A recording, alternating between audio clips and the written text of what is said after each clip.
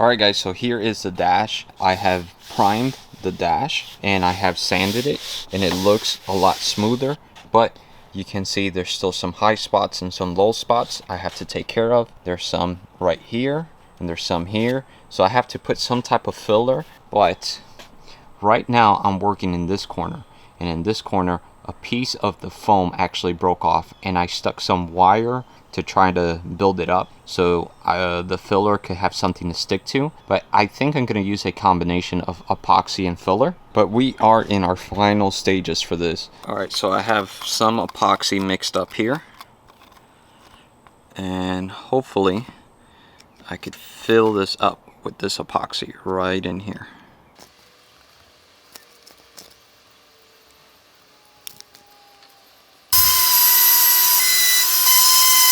I actually went ahead and fiberglassed the whole thing.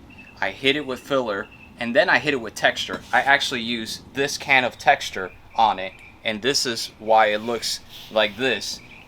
And I did that to kind of hide all the imperfections they had, and it looks really good right now. But before we flock it, because I have the flocking kit right here, we're gonna make a flocking mess. I have to hit it with flat primer. So I'm gonna do this just in case there's any spots that it doesn't get covered. It's flat black and you won't be able to notice it. So let's finish it up and hopefully this turns out okay.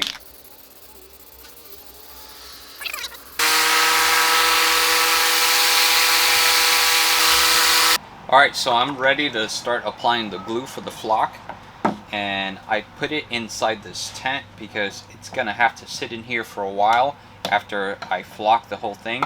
So now I'm just going to cover the whole thing before we flock it.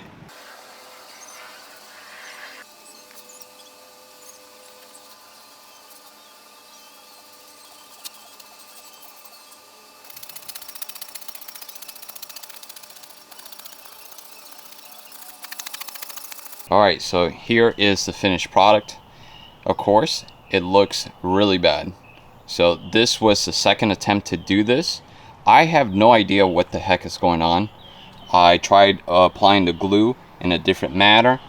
At first, the first attempt, it was really hot outside and it dried really quickly. The glue did, and I wasn't able to lay down the flock. So I sanded everything down and I started all over. And then I thought to myself, maybe it had something to do as well with the primer that I put.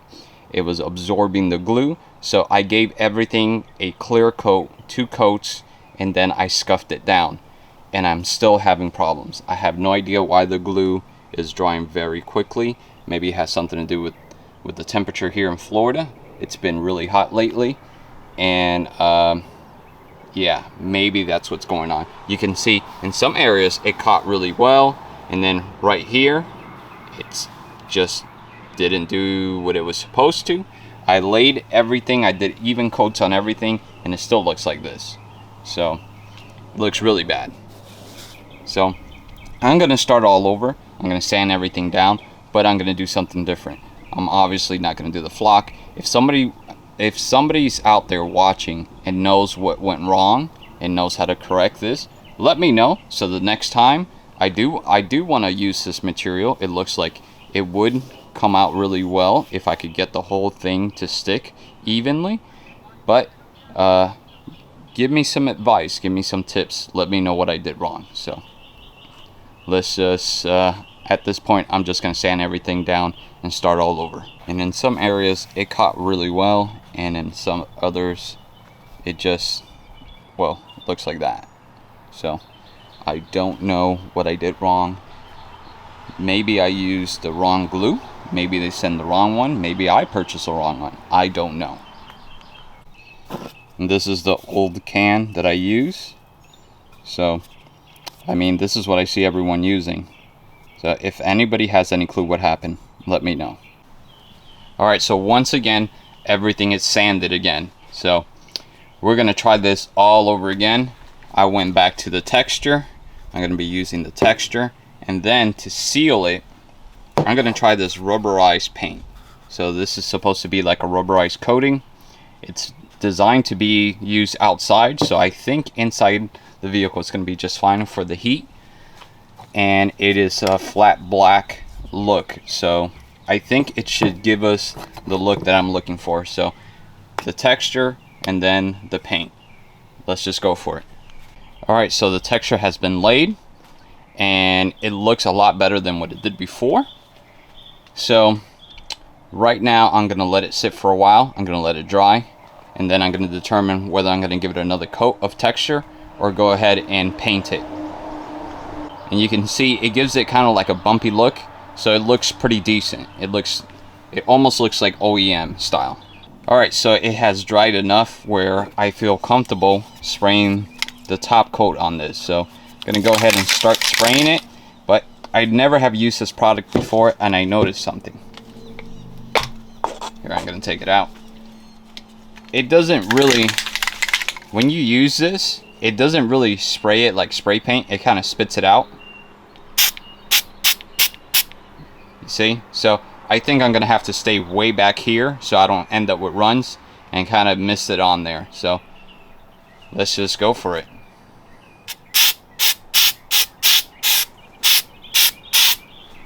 Oh yeah, that's gonna look great. I know that's gonna look really good. Let me put this camera down and get to it and seal this whole thing up. It doesn't look bad. It looks really nice, actually. It's got like a texture look. It does look rubberized, and as it dries, it seems to be getting more of a flat look. So I think we're gonna let it just sit here for a while and see what happens and determine if we're good or not. All right, so at the end of this whole process, I am happy I messed up.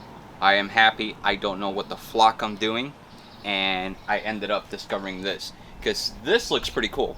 This looks pretty nice. I am happy with this whole result and everything that's happened so far. This is probably how I'm gonna fix my headliner on my truck now. I'll more than likely give it a coat of this stuff. Supposedly it's paintable, and then I'll just paint it beige, the color of the interior. This looks really cool. So yeah, at the end, it's a win.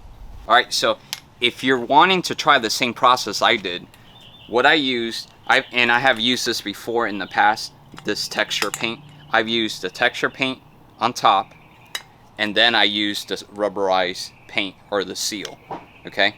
And it gave it that flat black rubbery look that you see in the back. So just combine these two. Of course, you're gonna have to fix your dash. You're gonna have to fiberglass it, Bondo, whatever you do to flatten it out, just like I did, and then use the combination of these two, and you end up with something like that. So try it out, tell me if you like it. All right guys, so it's the next day and it is ready to go inside the car, and let's take a look at the inside of the vehicle once again, and we can see everything's out.